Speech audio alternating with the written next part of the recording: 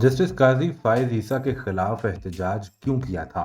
इस पादाश में नुमान इकबाल के भाई और वालिद को उठाया गया और बाप के सामने उसके छोटे बेटे को नंगा किया गया। ये इल्जाम नुमान इकबाल लगा रहे हैं, जो अपना ताल्लुक पाकिस्तान तहरीक इंसाफ से बताते हैं। और इन इल्जामात का सिलसिला चंदना गुलजार की उस वीडियो के बाद शुरू हुआ है जिसमें चंदना गुलजार ने यह बताया था कि एहतजाज करने वाले एक शख्स के वालिद को उठाकर उनके जिस्म के अंदर सुराख कर दिया गया था। चंदना गुलजार ने इस पर जो कुछ कहा, इसके बाद एक और शख्स सामने आ गया जो खुद ये दावा करता है कि मेरे घर वालों के साथ ये सब कुछ हुआ और तहरीक इंसाफ ने मुझे पलट कर पूछा तक नहीं है। इस पर अब तहरीक इंसाफ के अंदर से भी सवाल उठने लगता है कि लगता ये है कि शायद ऐसे बयान दिलवाकर लोगों को खौफजदा करने की कोशिश की जा रही है ताकि आइंदा कोई एहतजाज करने के लिए बाहर ना निकले, और खास तौर पर बैरून मुमालिक जहां पाकिस्तानी हुकाम की चलती नहीं, उनके घर वालों को यहाँ डराया धमकाया जा रहा है।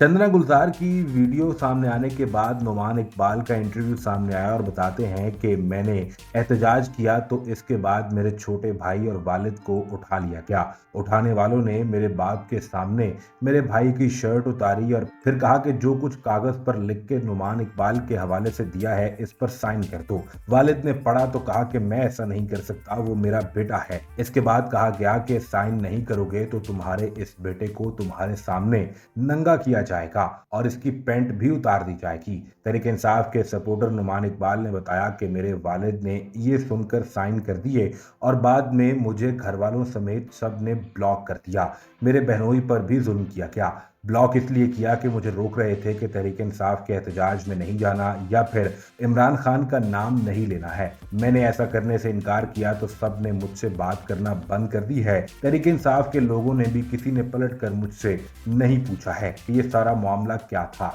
इस पर अब जिशान नामी सोशल मीडिया अकाउंट ये कहते हैं कि ये सब झूठ बोल रहे हैं ताकि लोग डर जाएं और ओवरसीज पाकिस्तानी एहतजाज करने के लिए ना जाएं। चंदना गुलजार के मुतालिक भी कहा कि ये एक पेज पर आज भी चल रहे हैं, लेकिन वो पेज तहरीक इंसाफ का नहीं। अरसलान बलोच कहते हैं कि ये सब फेक न्यूज फैला रहे हैं ताकि ओवरसीज पाकिस्तानियों में खौफ पैदा किया जा सके और वो आइंदा एहतजाज में शरीक ना हो सकें।